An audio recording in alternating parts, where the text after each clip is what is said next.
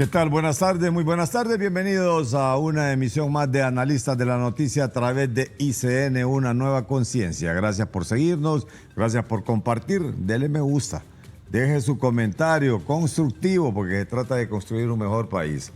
Algunos malos hondureños pues no quieren el país y lo que hacen es saquear las arcas del Estado y ya saben, otros se meten a cosas que allá van a parar a Nueva York. Así es que bienvenidos a todos y cada uno de ustedes que son los analistas y obviamente a las personas que traemos aquí, que nos ayudan al aporte del conocimiento y también ver los diferentes puntos de vista también de lo que va ocurriendo, de lo que está ocurriendo y de lo que puede pasar a un futuro.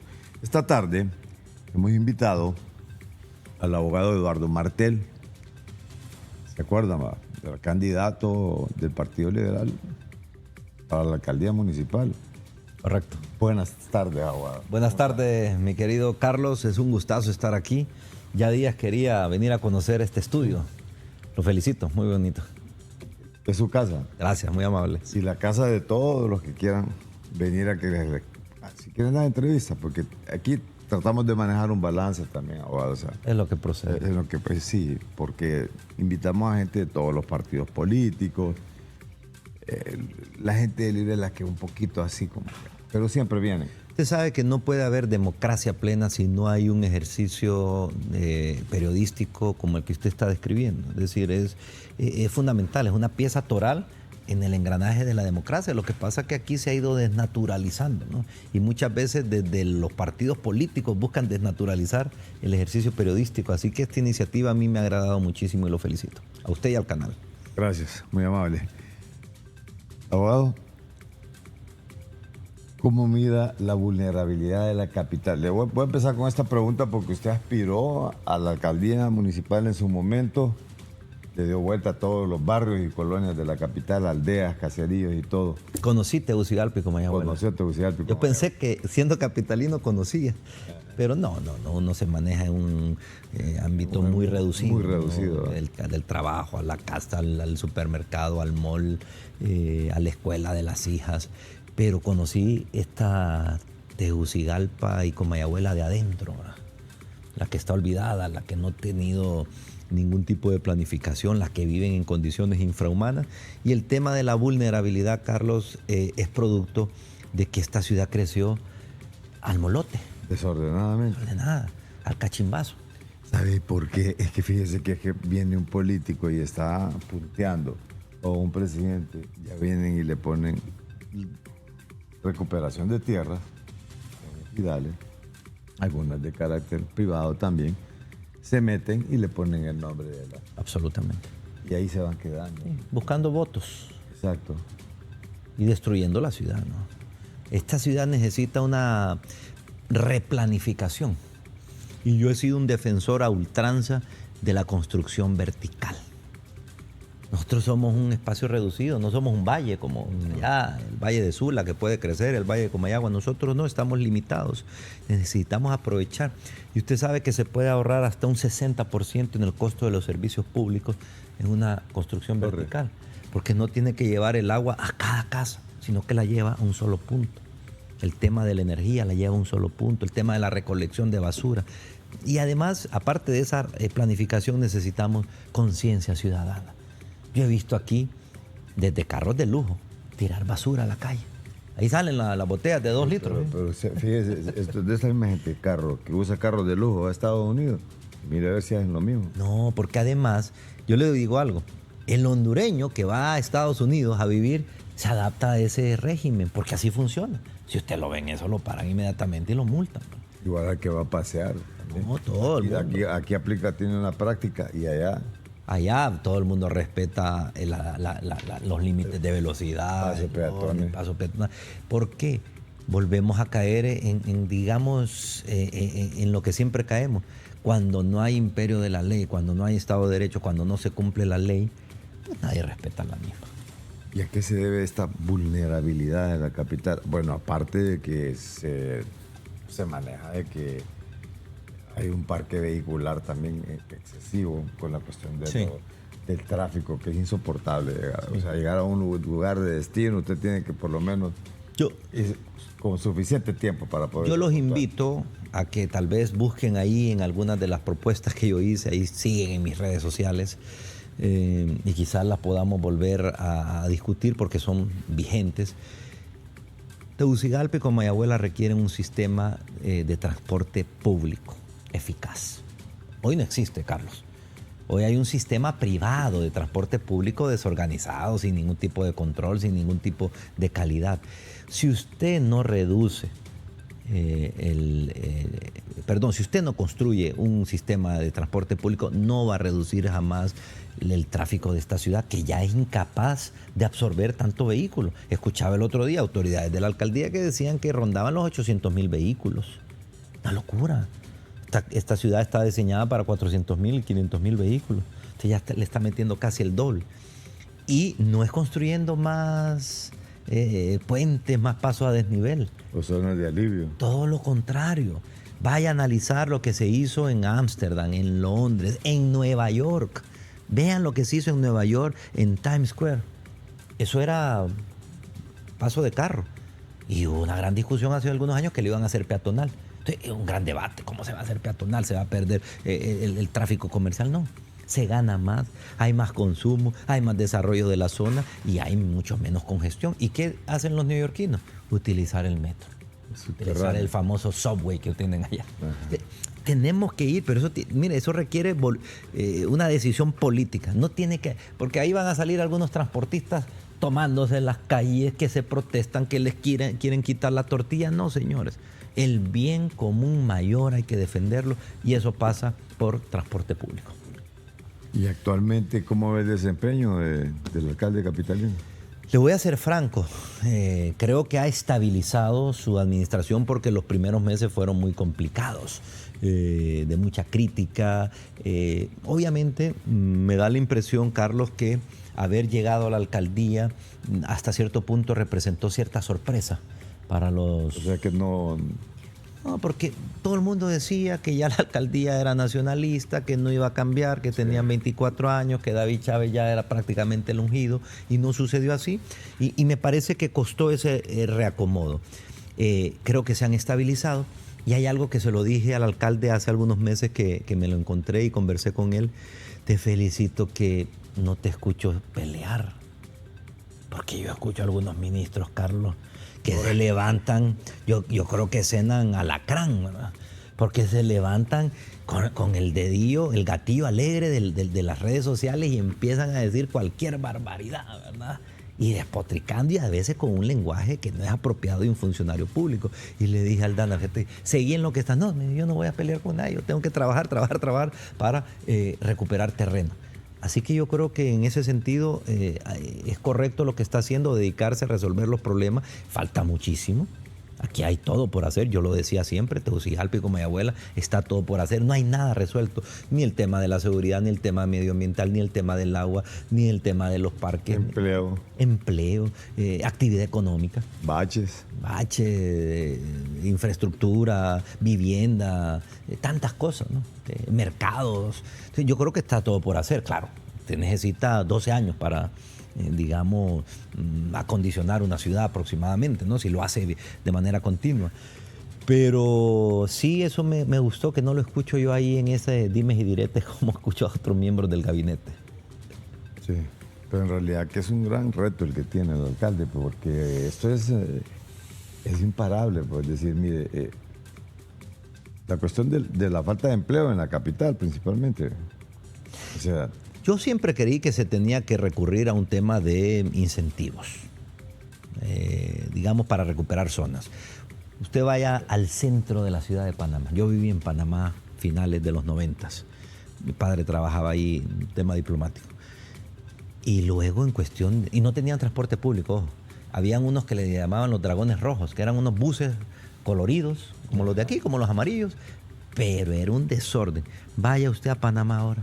El centro es un espectáculo donde hay las mejores boutiques del mundo, cafés, restaurantes, galerías de arte, tiendas de souvenir y hay transporte público. Tienen el bus articulado y también tienen metro. Algo impensable en cuestión de 20 años, Carlos.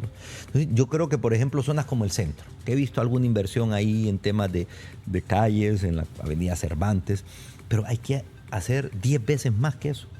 El otro día estuvo aquí compartiendo en el programa también don Ricardo Álvarez, exalcalde de la capital, y se quejaba porque dije que el trans lo dejaron abandonado y que era un proyecto que era funcional. Y lo dejó abandonado un candidato, un alcalde nacionalista quien asumió también. Y que ahí está todavía y que es rescatable, dice. Mire, bueno, en primer lugar sí, se abandonó esto. Es una inversión de más de cerca de 1.600 millones de lempiras. 1.600 millones de lempiras. Y parte sin novedad, como dicen en el ejército. Yo esa alternativa, porque le digo, yo sí fui un candidato que me empapé de qué es lo que, con expertos, de qué es lo que requería la ciudad. Esa es una alternativa que quizás representa, así como estaba planteado una alternativa muy limitada. ¿Por qué? Por los espacios. Pero hablo un paliativo, ¿verdad? Paliativo, porque usted no puede construir más avenidas. ¿Dónde va a construir, si no es en los bulevares, otro carril para el transporte articulado? ¿Y los carriles que se hicieron de alivio? Y discúlpeme, más bien iba a dar al embotellamiento. Hay un sistema que es como el que existe en Miami, que es un tren aéreo, en donde usted lo que necesita son unas columnas de 90 centímetros cuadrados, más o menos algo así. Entonces usted las puede ir instalando en cualquier espacio chiquito. No necesita hacer un carril de 8 metros, no, que necesita 90 metros cuadrados sobre alguna mediana. Entonces, hay que ir buscando. Además, son soluciones que se tienen que integrar. El teleférico también se debe de integrar aquí en esa solución. Se tiene que integrar algunos buses reducidos para algunas zonas donde de verdad, por la topografía, no hay acceso. Pero claro, es un proceso de 2-3 años de desarrollo y de manera continua del transporte público, pero no hay voluntad. Me decía René Orellana, exministro boliviano, Eduardo, hay que pensar en grande. Nuestros países requieren políticos que piensen en grande, no que piensen en bachar, no que piensen en una cuneta, no que piensen en una caja puente. No, pensemos en grande, soñemos en grande, hablemos de transporte público en Tegucigalpa, como mi abuela, hablemos de soluciones del agua. Es decir, creo que necesitamos ese tipo de políticos al frente de la administración. El agua es otro serio problema que enfrentan los capitalinos. Nosotros, mire, mi papá es de Occidente, de Copán, y yo digo que seguimos actuando como los mayas, que en aquel momento era totalmente válido, que le rezaban y le hacían sacrificios a los dioses para que cayera la lluvia, ¿verdad? Pero yo creo que no podemos seguir en esa situación.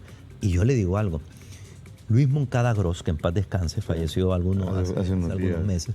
No, mucho. Yo me senté con él. Y él me dio la alternativa. Ese fue el último que hizo represa en esta capital. Sí. Me dijo, no hay posibilidad. El vaso, es decir, geográficamente el vaso de Tegucigalpa es muy reducido porque está muy alto. Entonces no podemos recolectar demasiada agua. Son apenas 200 kilómetros cuadrados. Y además, los proyectos que están planteados, Río Negro, Guaserique, no son viables porque ya la ciudad creció. ¿Cuál era la solución? Yo, ahí está, planteada por él y defendida por mí. En tiempos de sequía, solo en tiempos de sequía, bombear agua de la represa del río Nacaome. Esa que ahorita está botando agua. Esa que está ahí tirando, ya rebalsando agua. Solo son 3 meses que vamos a necesitar bombear. Entonces, la primera crítica, Carlos, no, muy caro bombear energía. En ese proyecto, $200 millones, hay una partida de 40 millones para un proyecto de energía solar. Y usted asume ese costo a través de esos 40 millones. Es que se gastan más en cosas necesarias. Yo le digo algo. Río del Hombre, que es, digamos, una alternativa que planteó Narriafura y que creo que inició algunos escaramuzas de construcción, cuesta 400 millones. Y únicamente llega a Cerro Grande. De ahí hay que construir toda la red. Mientras que esta llega a Cerro Diula, y ahí, por gravedad, llega a la represa y de ahí la llena y siguen distribuyendo normal. Y no se pierde tampoco esa cantidad de agua lluvia cuando Es que no tenemos. Yo le digo algo. Ya esta capital, leí hace poco, bueno, hace unos 5 o 6 años, Sudáfrica estaba a días de quedarse sin agua. Leí también que la Ciudad de México está en una situación crítica de agua. No hay agua más cara, Carlos, que la que no se tiene. Entonces nosotros tenemos que resolverlo de cualquier manera. En tiempo de invierno, ahí se van a empezar a botar las represas. ¿Y usted va a aspirar nuevamente a la alcaldía? Estamos seriamente evaluando esa posibilidad. Creo que en el Partido Liberal hay una situación actual de alta efervescencia política y creo que cualquier aspiración, al menos así lo veo yo, debe de ser considerada, Carlos, en un marco de un proyecto político. Hace mucho yo no veo proyectos políticos en Honduras, proyectos políticos de país. Lo que veo son aspiraciones de grupos, aspiraciones de partidos, aspiraciones de sectores. Y a sectores y hacia algunos sectores, ¿va? No, por eso, hacia algunos sectores. De país. De país, no. Una conceptualización de país. No hay. Yo les digo algo, yo, Eduardo Martel, si me toca aspirar y con todo gusto, y lo sé hacer, y sé trabajar, y sé llevar el mensaje, lo haré. Pero no es un tema de ambición desmedida de que si no soy yo, como algunos políticos, Carlos. Sí, no soy yo, se cae este país, se cae esta ciudad. No, hombre. El país sigue, la ciudad sigue. Por alguien no está diciendo, no sé. Pero, y a propósito del Partido Liberal, veo que está de moda el Partido Liberal, ¿va? Sí, o sea, se puso de moda, fíjate. Por eso ando, mire, yo Mire, siempre bien. pues sí. Esta siempre le han dado. Ajá. En los últimos 15 años. Sí. En las etapas más difíciles. Le ha durado bastante, porque está en la de... A veces la cambio, ¿verdad? Pero siempre el mismo color, porque le voy a decir algo. Mire, a nosotros, los liberales auténticos, los que nos quedamos en este partido, los que defendimos el auténtico liberalismo, porque algunos se quedaron defendiendo otros intereses, nos tocó recibir descalificaciones, insultos, diatribas, piedras, huevazos, botellas de agua. Así nos tocó a nosotros. Los primeros años después del golpe fueron muy duros. ¿Qué no nos decían? Golpistas. Pistas, de todo, cualquier. Y hoy muchos de los que nos insultaban, de los que nos descalificaban, están diciendo que son liberales y yo digo, qué No, bien. y algunos Siempre dicen libre nunca más. El caso de Chele Castro. ¿Ah? Sí, eso, yo le digo algo, el ciudadano se confunde. Si yo de político me confundo, Carlos, el ciudadano de a pie a decir, bueno, ¿y esto qué? Este no era aquel que decía esto y ahora dice esto, y este dice esto y ahora dice esto. No, mire. Pero es que pierde la credibilidad del político. Claro. Yo le voy a decir algo. Si hay un valor, los niveles de abstención, ahí se ven reflejados después. Si hay, y ya le voy a decir cuál es la consecuencia de eso. Si hay algo que es valioso, hay muchas cosas valiosas en la política, pero si hay algo que es valiosísimo, es la coherencia. Porque si a Carlos lo escuchan decir hoy lo mismo, y lo escucharon hace 5 años decir lo mismo, y dentro de 5 años va a decir lo mismo, dice, ese hombre se mantiene. Una sola pieza. Una sola pieza. Claro, usted puede ir en función de los eventos asumiendo algunas modificaciones. Sí. Usted no puede pasar de la noche a la mañana, de lo blanco a lo negro. ¿Y sabe qué es lo que produce? Le decía. Políticos como Bukele, como Milei, como el que está Noboa en Ecuador, que yo le digo algo, esos son una seria amenaza para la democracia, se lo digo honestamente. Sí. Totalmente. Yo escuché eso cuando se lo digo. Milei, y se lo digo porque conozco mucho la realidad argentina porque allá estudia una de mis hijas. Ese tipo no está bien de la cabeza, ese tipo va a destruir. ¿Por qué llegó Milei? Porque los que estaban anteriormente fueron igual de desastrosos o peor. Y entraron en la corrupción, Cristina Kirchner y toda esta gente. Alberto Fernández fue un desastre de presidente. Entonces la gente dice, voy a votar por este loco. Este que está diciendo un montón de cuestiones que con rabia, con indignación. Entonces, el ciudadano indignado dice, por ahí me voy. Y Bukele igual. Y Bukele, diría yo, está todavía en una etapa de luna de miel.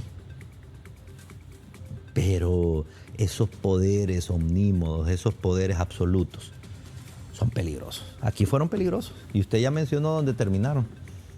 Y la llegada de Jorge Calix y Salvador Narrala al Partido Liberal, ¿cómo la interpreta, abogado? Bueno, yo creo que no es un análisis que se pueda hacer como una fotografía. Esto va a ser un video, esto va a ser una película. Hay que ir viendo en el camino cuál es su verdadero comportamiento y actitud por varias razones.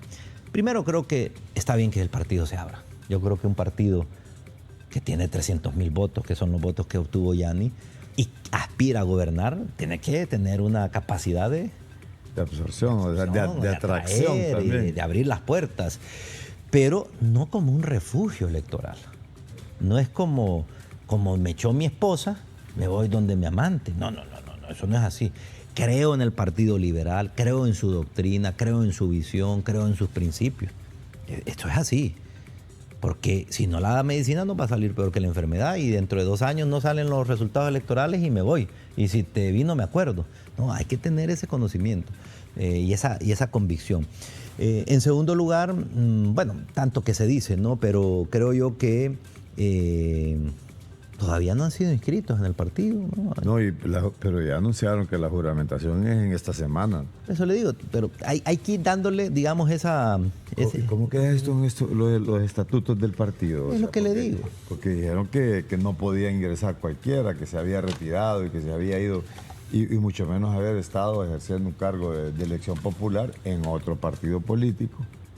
Y entonces ahí incluiríamos también a la abogada Maribel Espinosa. Mire, como en Honduras hay una frase que yo desde chiquito la escuchaba. Por esta única vez, decía. Por esta única vez. Por esta única vez. Ahí en el Congreso. Ajá. Por esta única vez se aprueba el siguiente decreto. Ahí le tocó al profesor Rafael Pineda Ponce por esta única vez. Y allá en la opción B, por esta única vez y tantas veces. ¿Y por esta única vez entonces? Sí, por esta única vez creo que van a ser inscritos. Si usted aplica estrictamente los estatutos, ninguno de los 3 puede ser candidato. Ninguno de los 3. No cumple, punto. No cumple. ¿Que hay que ser flexible? Ah, bueno, pero ese es otro tema, Carlos. A mí me preocupa, digamos, que hay un sector, particularmente el de Yanni Rosenthal, defendiendo a ultranza. Y a mí me preocupa eso. Cuando hay un sector defendiendo a ultranza, sí, van a ser inscritos, no hay ninguna imposibilidad. Hay una... ¿Y el resto del partido? Ahí voy yo. Porque esto no se hace un debate respetuoso. Yo le digo algo, yo votaría a favor, pero claro, tengo que ir a un debate, escuchar, cuestionar, que estén los distintos sectores. El partido no es Yanni, el partido no es el central, el partido no es Martel, el partido liberal es bien complejo. Creo yo que es el único partido distinto, porque el Libre es muy vertical. Partido Nacional es muy vertical. PCH no es partido. Partido Liberal sí. Tiene esas islas de poder, esos liderazgos nacionales, departamentales, pero no ha habido un debate. Yo le voy a decir algo aquí. En 2 años y medio, casi 3 años después de las elecciones, no ha habido una reunión en el Partido Liberal que integra a todos los sectores. Y se lo dije a Yanni, un día que me lo encontré. A mí me deberías de convocarle, digo. Aunque tengamos diferencias, tenemos que ir a sentarnos, es el partido. Parte sin novedad. Fíjese que el otro día precisamente daba unas declaraciones el abogado Octavio Pineda. Y decía, Calix es el caballo de Troya de Mel. Y ya anteriormente había salido unas declaraciones del Chele Castro diciendo, Mel le está poniendo los candidatos a todos los partidos. Entonces, uno ata de repente. Puede ser. Ese tipo de cosas. Puede ser. Y hay una persona que se me acercó, un ciudadano liberal, y se me acercó, no lo conocía yo, estuvimos platicando, se me acercó hace una semana y me hizo esa pregunta y le dije, ¿qué piensa usted? No te perdás, Martel, me dice. Es caballo de Troya. ¿Y por qué lo dice? Le digo yo. ¿Vos crees que estuvieron 12 años peleando por llegar al poder y se va a pelear en el primer año? No seas tonto, me dice. Este hombre viene por instrucciones y después se van a unir y van a entregar el partido. Eso es la especulación que estamos viviendo, pero todo es posible. Todo es posible en ¿Y este qué tan orgánica ve esa pelea usted entre ese distanciamiento entre Manuel Zelaya Rosales y Jorge Calix? Por eso le digo, a priori parecería que efectivamente hay un conflicto que derivado de lo que sucedió en enero del 2022, cuando la pugna por el Congreso Nacional, por la presidencia. Pero cosas veredes y no crederes, amigo Sancho, decía Don Quijote. O sea, hay cosas que van a pasar y tal vez uno no las está vislumbrando hasta que ocurren. Y en la política nacional hay una gran capacidad de, diría yo, de perversidad. Tiene una capacidad de parir algunas cuestiones, Carlos, que uno ni se las imagina y de repente, ¡bum!, pasan. Les pagan para que estén craneando. De verdad, le digo, son mentes brillantes. para la maldad, pero brillante, porque están en esa capacidad, viendo con gran capacidad qué es lo que pueden hacer. No sé, yo no quisiera, digamos, prejuzgar tampoco esa decisión de Calix, pero el tiempo dirá de qué lado están. Y ese tiempo empieza desde ya, en el Congreso Nacional. Bueno, pero ¿en manos de quién está el Partido Liberal, entonces? Bueno, el primer calificativo diría yo en manos incorrectas. Eso es lo primero. Porque el partido hoy por hoy, y no de hoy, sino que desde hace 1 año y medio, 2 años, podía haberse convertido en la alternativa real, sí, haciendo un trabajo. Pero se dedicó a transar. Este partido ha transado también. Así como transaron con Juan Orlando, sí, están transando con Libre. Transaron la Corte, transaron el Ministerio Público, transaron el CNE, transaron el Tribunal de Justicia Electoral, todas las instituciones transaron. Ahí sí se pusieron de acuerdo, ¿no? ¿Y qué es lo que transan? Rápido, fíjese. No, ahí no hay problema. En una noche creo que se arregló todo y se nombraron todos los cargos que hacían falta. Mire, yo creo que es único. Meses con una parálisis legislativa y no hubo ninguna explicación tampoco. Yo nunca había visto, Carlos, y se lo digo desde el punto de vista de abogado, que en una sola moción se metiera todo como que fuera un mejenga, ahí metamos todo. Se metiera. En la misma moción se eligió fiscal, CNE, Tribunal de Justicia Electoral, Tribunal Superior de Cuentas, Instituto de Acceso a la Información Pública, Unidad de Política Limpia y no sé qué otras cosas más. ¿Sabe para qué? Para que nadie nos vaya a quedar mal. Miren, señores, metamos todo en el paquete y así no duda usted de mí. ¿Pero qué es? Repartición de impunidad, repartición de canonjías, repartición de beneficios. No ha cambiado eso. Las instituciones siguen estando al servicio de caudillos políticos. Y así no se construye un país. Es triste. Y ese Partido Liberal que está en manos incorrectas, como señala usted, ¿qué se puede hacer? Bueno, primero, obviamente, plantear la alternativa. Pero yo siempre he puesto una condición sine qua non. Si vamos otra vez a un proceso primario, manipulable, como han sido los procesos primarios en este país, el 2021 fue una vergüenza, dio asco. Pero no solo en el Partido Liberal, Partido Nacional, Partido Libre. ¿Se acuerda que en Libre habían descalificaciones, hasta hablaban de un diputado Helio, no sé qué? Sí. Y en el Partido Nacional también hubo cualquier tipo de señalamiento. Sí, eso genera inestabilidad que quizás no pasa factura hoy, pero puede pasar. Puede pasar disturbio, inestabilidad, hartazgo. Sí, yo creo que si vamos a una contienda primaria en la cual va a haber manipulación, no tiene sentido. Dicho esto, necesitamos construir la alternativa. Y la alternativa liberal. Está bien, hay un sector que ya lo conocemos. Bueno, ¿qué es el otro sector o es todo el Partido Liberal? No, aquí habemos otros liberales. Y que sean los liberales y los ciudadanos que quieran ir a votar los que decidan. Yo soy respetuoso. Fíjese que yo reconocí el triunfo de Aldana antes que dijeran el CNE que había ganado. Yo tenía mis actas y dije, no, pues ganó Aldana y lo felicito y se acabó. Así como el 2017 dijimos, ganó Salvador y lo felicitamos y se acabó. Esa es la democracia. No es que me quedo callado a ver qué negocio, quién me ofrece más. Pero ganó Salvador y no ganó. Ganó y no ganó. Ganó y no ganó.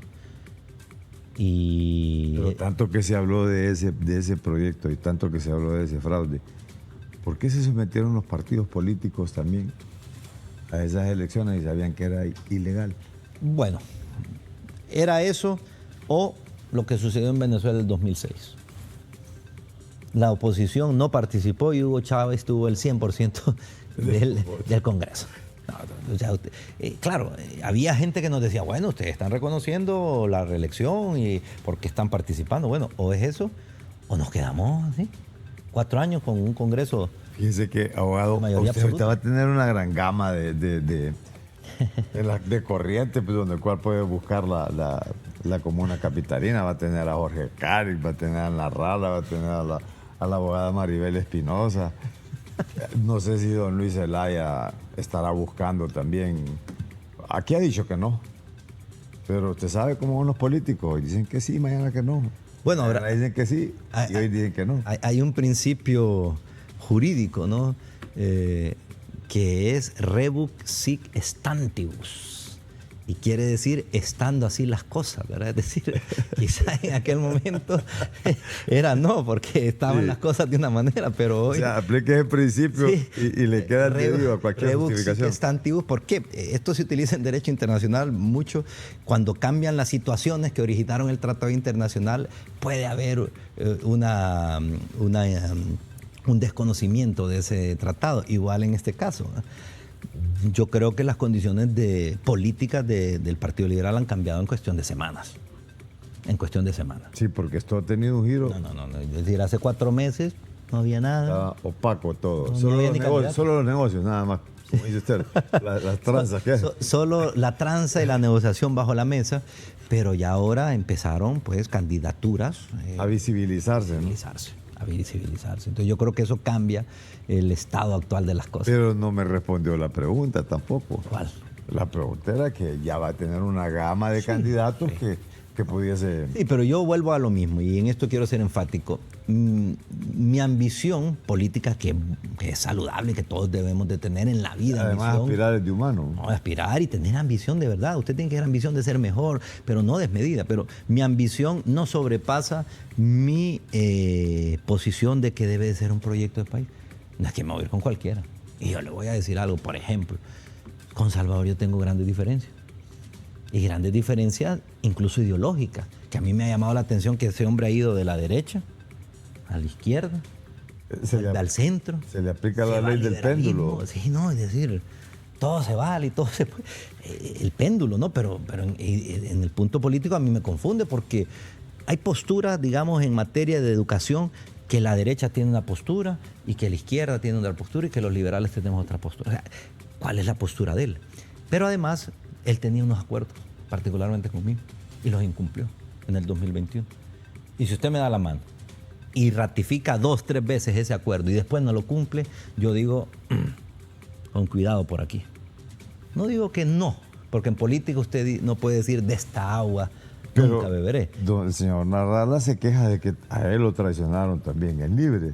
Bueno. Pero ahorita nos estamos dando cuenta que usted también fue traicionado. Sí, porque teníamos un acuerdo para la alcaldía.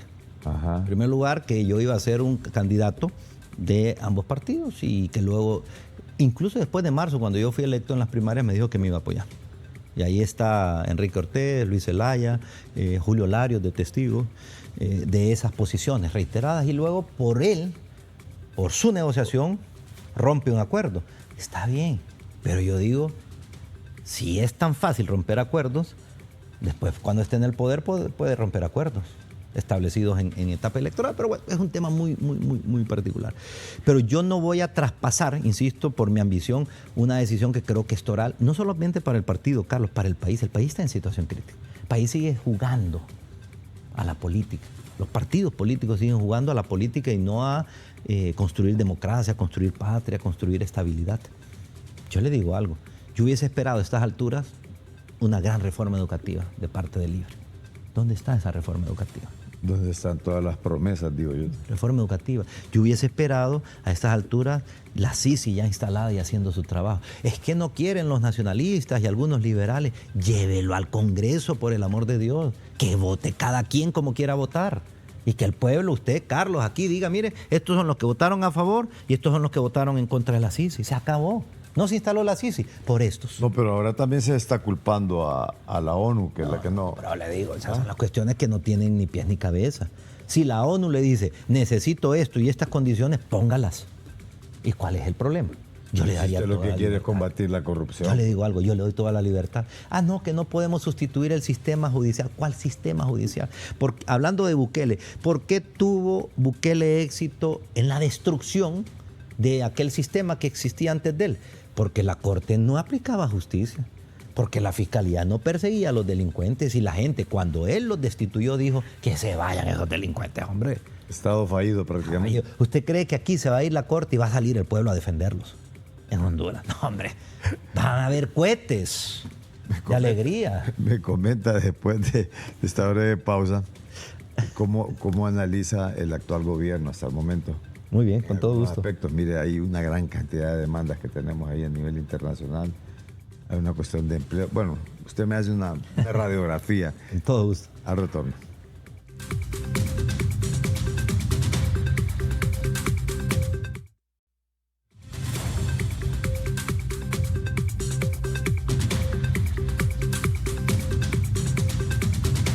Bien, continuamos esta tarde el diálogo con Eduardo Martel, el abogado Eduardo Martel, ex aspirante a la Comuna Capitalina, también miembro furibundo del Partido Liberal. Y nos decía un principio importante, lo que en aquel momento no era, ahora sí, ¿cierto? Sí. Y fíjese que nos llama la atención porque lo que anda circulando en redes sociales, hace poco escuchamos a Chele Castro, de libre nunca más, y nos han traicionado. Y hay una publicación del colega Ronnie Martínez. Que fuente informada, de primera mano. Fuente informada. Además es de su propio partido. Claro, por eso. El diputado es.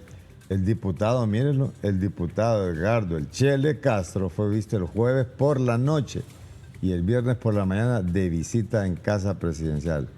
¿En qué andará el Chelito? Se pregunta el diputado Ronnie Martínez. ¿Ah? Sí. Ya habrá habido cariñito, ya no. Mire, esas son las cosas que le digo que ahora con las redes sociales es muy difícil ocultar, ¿no? Porque hay una capacidad de flujo de información real y no real, pero ahí fluye todo, en la que ocultar, todo se sabe, aquí es muy difícil ocultar. Entonces, estas acciones son las que generan esa duda, ¿no? Como le digo, a mí mucha gente me ha dicho, hay que tener cuidado con el grupo de Calix, eso vienen de casa presidencial, y estas acciones de alguna manera generan esas dudas. Sí, porque el Chele es un seguidor completo. Pero además que ha sido, como es él, extraordinariamente duro, ¿no? Y con los mismos liberales. Bueno, con los liberales nos destrozó, ¿no? ¿Qué no nos decía? Pero ahora, desde hace algunos meses, él no le dice Rizzi, sino que le dice Ramona Moncada, ¿verdad? Entonces, Ramona Moncada la acusó de corrupción, de defender a su hermano corrupto, bueno, cualquier cuestión, a Xiomara, a Mel, y pasa esto, dice uno, hay un adagio que yo utilizo mucho en política, duda y acertarás, piensa mal y acertarás, Carlos. Eso se aplica. Piensa mal y acertarás. Parece mentira, pero muchas veces sale. Sí. Cuénteme, ¿qué evaluación puede hacer del actual del gobierno? Yo creo que las expectativas con las que llegó Libre son extraordinariamente altas. Veníamos de un periodo de 12 años del Partido Nacional, muy duro los últimos 4, con mucha inestabilidad, con mucha protesta, con mucha represión, con mucha soberbia de Juan Orlando Hernández, que ninguneó, creo yo, un error grave a la oposición. Buena, mala, grande, pequeña, usted no puede, así como no puede ningunear al periodismo, porque es un baluarte de la democracia, ya lo dije, a la oposición no lo puede. Les voy a contar rapidito una anécdota. Una vez Beto Reina siendo presidente, yo estaba en casa presidencial, siendo un muchacho, y estaba contando que se me acababa de ver con Osvaldo Ramos Soto, siendo presidente. Y yo estaba así, y salto yo, ¿verdad? Así, presidente, disculpe, ¿cómo es posible que usted se reúna con ese cachureco? O sea, yo, radical en aquel momento, ¿no? Y me dio una lección de vida. Yo en campaña me reunía una vez por semana con Osvaldo. Y ahora de presidente por lo menos una vez cada 15 días porque es el líder de la oposición. Y el gobierno tiene que tener comunicación con la oposición y nunca se deben de romper esos pasos. Aunque no se pongan de acuerdo, no se pueden romper. El problema es que se genera odio. Ahora. Ese es el problema. Ahora hay odio. Me ven a mí como un nacionalista vendido. Sí. Me ven con un libre, ya le dieron pistillo a Martel, ya lo compraron. Ya me tenemos que cambiar eso, que tenemos que entendernos con visiones distintas. Entonces, yo creo que esas expectativas fueron muy altas. El pueblo, y aquí hay que tenerlo claro, se volcó por Xiomara. Y cuando hablo del pueblo, no solo Libre, Carlos. Liberales, muchos liberales. Yo le puedo mencionar de mi casa cuántos liberales votaron por Xiomara. Pero es que padre, madre, hijas. Funcionó el fuera Job. Por eso, el voto útil, el hastío, que se vayan. Entonces, hubo un apoyo masivo de la sociedad, a pesar de que no eran ideológicamente afines a Libre.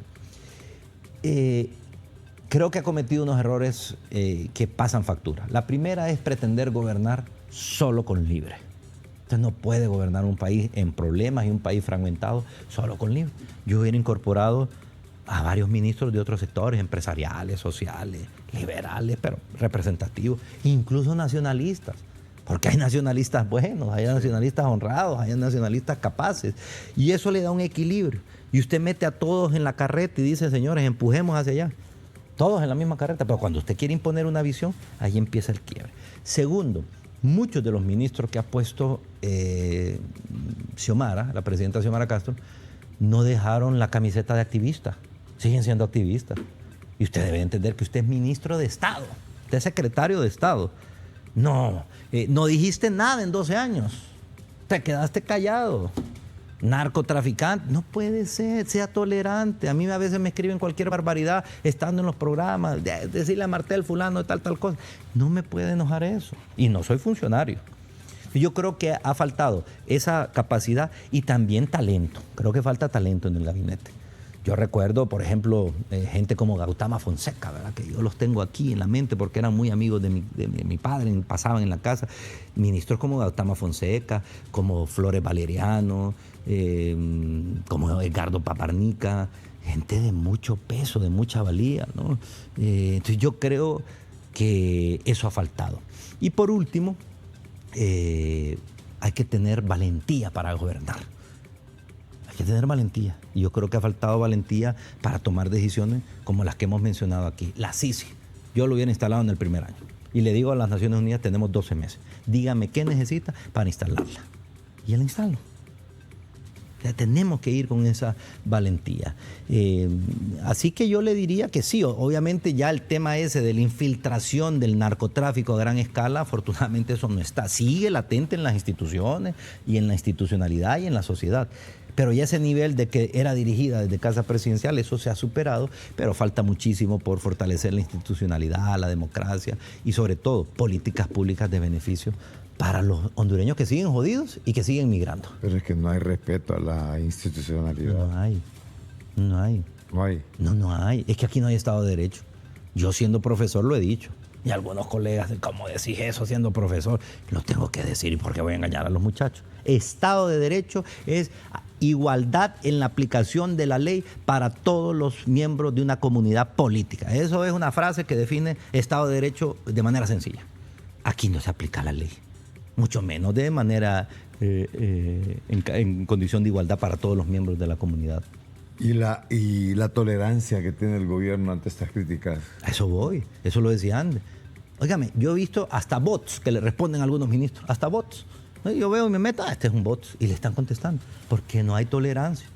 Porque además, muchas veces se cree que mi verdad es una verdad absoluta y todo lo demás está equivocado. No, hombre, señor, no puede ser. Yo defiendo mi visión liberal, pero no quiere decir que si usted tiene otra visión, no la puedo respetar e incluso hasta enriquecer la mía.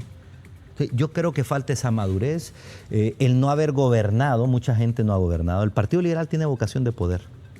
Y nos hemos equivocado una barbaridad en muchas cosas, pero tiene vocación de poder. Entonces, cuando llegaba al poder, llegaba a gobernar, con sus aciertos, con sus fracasos en algunos temas. Pero creo que ha habido una curva de aprendizaje. Se ocupa el bipartidismo para gobernar también. Fíjese que siempre se pusieron de acuerdo para gobernar. Sí, se pusieron de acuerdo. Por la oposición, así como le dijo Beto Reina. Sí. Sí, por eso le digo, es que usted se tiene que poner de acuerdo. No solo para elegir a las instituciones y ponernos de acuerdo aquí en la distribución. Pero buscando impunidad. Sí, no, eso no. No solo para eso. ¿Qué vamos a hacer con el agro que se está muriendo aquí desde que se firmó el CAFTA? El CAFTA es una puñalada para el agro en Honduras. Hoy se está importando el 80% del maíz que se consume. Hoy se está importando el 80% del arroz. Se está importando el 60% de la carne de cerdo que consumimos de Estados Unidos. Porque es más barata traerla de allá que producirla aquí. Porque aquí no tienen incentivos, porque aquí no tienen mecanización, porque aquí no tienen tecnología, porque aquí no tienen los insumos para aumentar la productividad. ¿Por qué no nos ponemos de acuerdo en eso?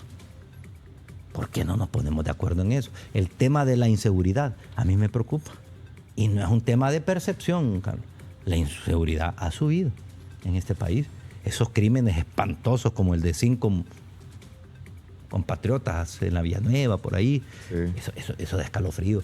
Y usted se imagina, una niñita fue la que llamó a la 1 de la mañana a su tía. Tía, no han venido mis papás. Y yo me imagino, teniendo 3 hijas, el dolor de esa niña que perdió a sus padres. Me da rabia, me da tristeza, me da congoja. Potencia. Y todavía veo a los políticos a veces empapadas, por no decir otra palabra. Empapadas, ¿verdad? Yo creo que hay que sentarnos en eso. ¿Qué vamos a hacer con la inseguridad? ¿Por qué se están yendo los hondureños? ¿Qué vamos a hacer con nuestros migrantes en Estados Unidos? ¿Cómo los vamos a atender mejor? Allá los consulados muchas veces son centros de extorsión, ¿verdad? Se lo entregamos. Me decía un muchacho una vez que me encontró en un aeropuerto, fíjese que yo vivo en Boston. En ese momento creo que no había consulado, creo que ahora sí. Y me fui a Nueva York a solicitarlo. Pero un día para ellos es grave, pero pidió permiso. Lo tuvieron haciendo fila en el frío como 2 horas. Entró, se tomó la foto y tal, y le dijeron regrese en una semana. Y el hombre le dijo, no puedo regresar en una semana. Bueno, si paga $150, se lo damos más tarde. O sea, ¿cómo puede ser usted un extorsionador? Ya había pagado el pasaporte y le dijeron, sí, como es de emergencia, pague 150. Óigame, si esos son los que mantienen este país. Ese es para el cónsul, ¿no? No, eso sí, ese es un extra. Ese es contabilidad negra. Contabilidad negra. Sí. Entonces, ¿cómo es posible que usted le saque eso a quienes se levantan a las 4 y se acuestan a las 11? Y el sacrificio de haberse ido.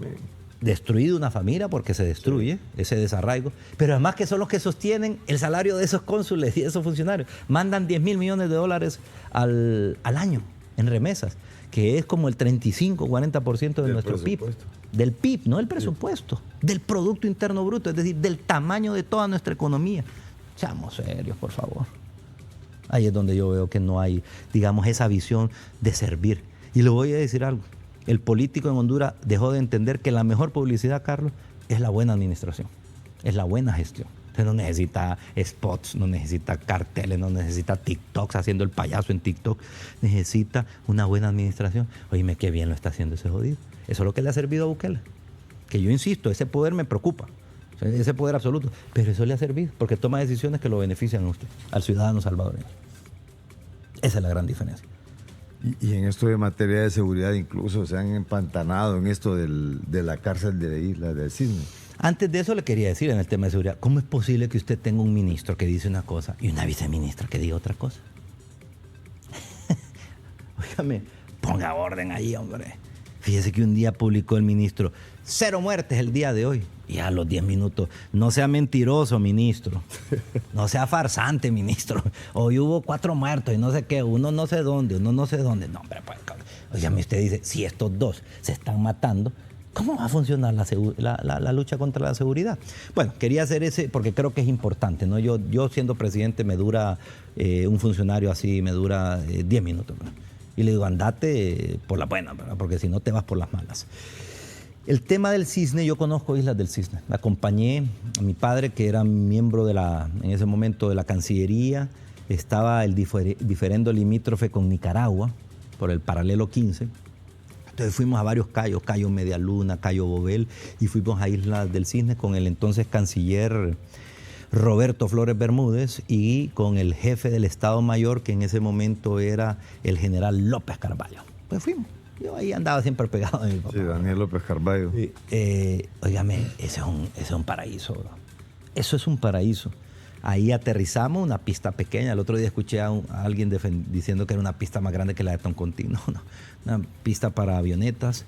Lindo. Habían cientos de iguanas ahí, pero usted las miraba, cientos de iguanas. El agua cristalina en algunas zonas. Y creo que es un error. Un error por 2 razones. Primero, porque es un paraíso ecológico, biológico. Eso debería de ser un centro de estudios mundial, ¿verdad? Y deberíamos de aparecer en el escenario mundial como un gran defensor de los recursos naturales y de la fauna y flora marina. Pero en segundo lugar, porque logísticamente, íbamos, mire, ese día fuimos en el West Wing, ¿se acuerda del West Wing? Sí. Creo que tardamos 1 hora y 15 en llegar.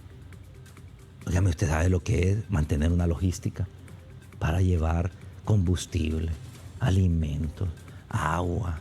Solo haber movido desde West Wing, ¿cuánto habrá costado? No, esto es una barbaridad. Fuimos a Puerto del Empira, de ahí despegamos y nos fuimos primero en helicóptero a Los Cayos y luego tomamos el West Wing. Pero lo que le quiero decir, ¿cuánto se va a gastar en llevar los recursos para sostener esa población que se va a mover ahí? No, es una locura. Y miren, nosotros somos un país altamente despoblado. Hay zonas de Olancho que ahí no hay nada. Hay zonas del Empire en las que ustedes no ven nada. Ubiquémosle una zona, sí, despoblada pero no estoy de acuerdo. No, me parece que es una locura y creo que es una decisión más mediática. Yo le llamo, como le decía antes, una decisión bukeliana. para ganar adeptos, sí, está bien, Alcatraz, ¿verdad? Y aparece en la cabeza, pero Alcatraz usted la ve así, ¿verdad? En San Francisco y usted la ve ahí cerquita. Sí. Esto no, estos son horas para llegar en barco, porque van a tener que ser en barco el traslado. 3, 4 horas, no sé, una locura. No me parece correcto. O sea, que en materia de seguridad hay muchos desaciertos todavía. Sí, por varias razones. Primero, porque creo que no se invierte en lo que se debe de invertir. No solamente hay que depurar los órganos de seguridad del Estado, sino que también potenciar la investigación científica y la investigación forense. Yo veo aquí, solo con ver cómo manejan una escena del crimen, usted se da cuenta que ahí no hay ningún tipo de profesionalismo científico. Entonces usted tiene que ir a un desarrollo. Yo recuerdo, yo trabajaba con unos españoles, representaba una empresa española y presentamos eso. Me parece que al ministro, a varios ministros, pero entre ellos al general Álvaro Romero, que lo presentamos en su momento, y luego creo que al coronel Rodas Gamero. Unos laboratorios muy modernos que le daban esa capacidad de investigación. Creo que no se está investigando. Sí, hay varias medidas, pero más importante, Carlos, o igual de importante, si aquí no hay empleo, si aquí no hay poder adquisitivo, si aquí no hay capacidad de tener dinero en su bolsillo, aquí va a haber delincuencia, aquí va a haber narcotráfico, aquí va a haber narcomenudeo, porque eso le da dinero fácil. Si es el efectivo, es lo que la gente anda en su bolsa. Ahí rápido. Ya, anda a quebrar aquel, aquí hay 15,000 pesos. Anda a distribuirme esta droga, $2,000, $3,000. Usted no puede competir con eso si no le da la alternativa a los muchachos. Y les voy a contar algo. Fíjate, mi hija mayor, una muchacha brillante, ya se graduó de licenciada en finanzas y trabajaba con unos gringos. Y vino una vez un gringo y dice, ¿cuál es tu aspiración en esta empresa? ¿Sabes cuál fue la respuesta de mi hija? Irme de Honduras. Yo cuando me lo dijo me indigné, ¿verdad? Le digo, dime, ¿cómo se te ocurre haberle dicho eso? Le digo, de puta Honduras. Y con las horas después reflexioné y le pregunté, ¿por qué dijiste eso? Papi, aquí no hay nada que hacer. Aquí solo es trabajar y punto. Aquí hay miedo para salir a la calle, aquí no hay un teatro, aquí no hay una ópera, aquí no hay un parque donde ir a hacer ejercicio. La empresa gringa se desmovilizó de Honduras, se fue porque no habían condiciones ya, o habrán hecho sus valoraciones, y mi hija se va a México a vivir este sábado, con buenas condiciones para ella, y de verdad digo yo, qué bueno. Se va allá, va a estar en una ciudad maravillosa como la Ciudad de México, y además en un ambiente en el cual ella sí tiene expectativas de crecimiento y se siente feliz. No podemos, yo soy profesor universitario, no podemos frustrar ni matar las ilusiones de nuestros jóvenes. Yo he dado clases a personas que son bilingües, graduados de buenos colegios, privados y todo. Y me los encuentro 2, 3 años después de graduados, Carlos. ¿Cómo me le va? Pues aquí todavía no he encontrado trabajo. Imagínense. Si eso es un bilingüe, un profesional, a veces con maestría, ¿qué no puede ser de alguien que no tiene la cualificación? Entonces usted está generando una sociedad de frustrados que al final derivan en este tipo de situaciones de delincuencia. Caen en el campo delictivo. ¿Qué va a pasar con el Partido Liberal? Bueno, yo creo que estamos ante una disyuntiva, ante una encrucijada. Hay un libro de Paparnik a propósito muy bueno que se llama El liberalismo en su encrucijada. Yo creo que es aplicable ahora porque el partido, Carlos, siempre ha tenido varias visiones, históricamente, pero han sido visiones políticas. Desafortunadamente sufrimos lo que han sufrido todos los partidos en Honduras y en el mundo. Se infiltró el crimen organizado, los delincuentes y todo lo que usted quiera. Hoy pareciera que hay una bocanada de esperanza, bocanada de oxígeno, el Partido Liberal y la gente... ¿Y qué tan real es? Y la gente, no, yo creo que sí tiene algo de real. La gente me dice, Martelo, es el chance nuestro, el chance de los liberales, o es el chance de ustedes los liberales, me dicen, que son de otro partido. Y no soy liberal, pero voy a votar por vos, o voy a votar por ustedes. Yo creo que va a depender mucho, Carlos, de qué visión se imponga en el Partido Liberal. Si se impone la del tilín que decía nuestro buen amigo y recordado maestro Rafael Pineda Ponce, pues seguirá el partido. No creo que desaparezca, pero obviamente un partido que se convierte en un partido medio chico, un partido mediano, pequeño, con 15, 20 diputados que sirve y es suficiente para negociar. con 15, 20 diputados. Y así le ha servido a muchos. O hay otra cosa, ¿querrán ganar todos los que están ahí en el Partido Liberal la presidencia, luchar por el poder, o lo que quieren es obtener algunas canonjías? Yo sí quiero ganar, yo sí quiero llegar al poder, yo sí quiero imponer nuestra visión. Va a depender mucho, Carlos, de qué visión se imponga, pero sí creo que el partido, ante el fracaso del Partido Nacional, ante y la crisis que tiene, ¿no? Es decir, Sí. hay una crisis Hay una carencia profunda, de líderes también. y hay una fractura muy fuerte. Sí. Ante la decepción que está generando Libre, ante las posiciones cambiantes y a veces confusas que asume Salvador Narrala, el ciudadano ha volteado a ver hacia el Partido Liberal. Y yo creo que estamos como alternativa. Pero yo le diría, el segundo domingo de marzo se define la historia del Partido Liberal y se define la historia probablemente de nuestra democracia. Así de importantes serán las primarias en el Partido Liberal. Pero finalmente sí van a ser aceptados los candidatos. Yo diría, mire, si a mí me tocase, obviamente con los controles que le he dicho, ¿verdad? Son liberales, creen en esto, pero eso no se lo puede decir, o usted no lo va a saber por una declaración. Usted lo va a saber con el tiempo. Pero yo diría, habrá que dejarlos participar en igualdad de condiciones, no favoreciendo ni a uno ni a otro, con elecciones transparentes, y que ese es el liberalismo. Yo creo que el liberal tiene suficiente capacidad y suficiente intelecto para discernir entre las opciones. Y si al final son favorecidas unas u otras, bueno, bienvenido. Y si al final es favorecido a la nuestra, también. Pero creo que sí, hoy no podremos definir si estos que hoy se están sumando o retornando al Partido Liberal lo hacen por una verdadera convicción o por un simple deseo, rechazo, de ambición, o porque no tuvieron la posibilidad de competir en sus trincheras, ¿no? Tuvieron alguna diferencia. Habrá que verlo, pero yo soy del criterio de que hay que ser amplio en ese sentido. O sea que sí le ve futuro al partido. Para mí el futuro, insisto, se define, sí tiene, pero va a depender de los resultados del segundo domingo de marzo. Ahí se define. Si seguimos como estamos, en una situación, diría yo, de letargo o una situación de... Muy ambivalente. Sí, y eso nos deja como en un coma político, ¿no? Estamos como en coma, ¿verdad? El Partido Liberal no se sabe, ¿verdad? Pero empieza como a despertar.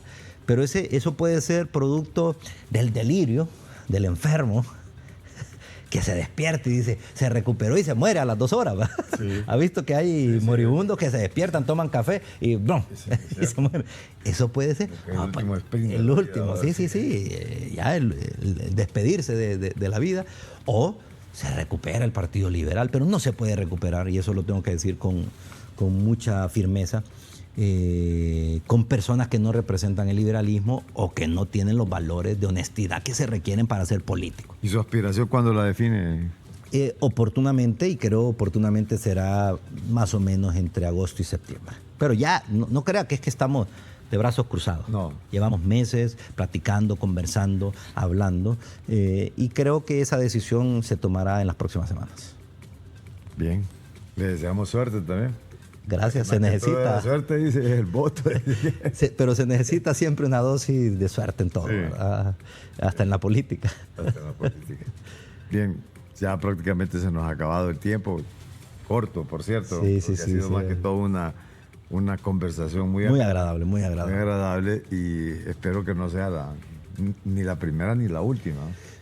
Carlos, para mí ha sido un gusto porque ha sido una conversación muy agradable en la que hemos compartido nuestra visión, que no es la verdad absoluta, es mi visión, puedo estar errado o no, o puede coincidir usted o no, pero creo que hay que hablarle con honestidad a los ciudadanos. He disfrutado este espacio y ojalá que volvamos a ver. ¿Cuándo le quitan de las manos a las malas manos el Partido Liberal? El segundo domingo de marzo, con el apoyo de ustedes. Muchas gracias, abogado. Ha sido un placer, Carlos. A sus órdenes. Bien, el abogado Eduardo Martel, ya, claro, va a aspirar nuevamente a la alcaldía capitalina. Hasta aquí, analistas de la noticia. Buenas tardes.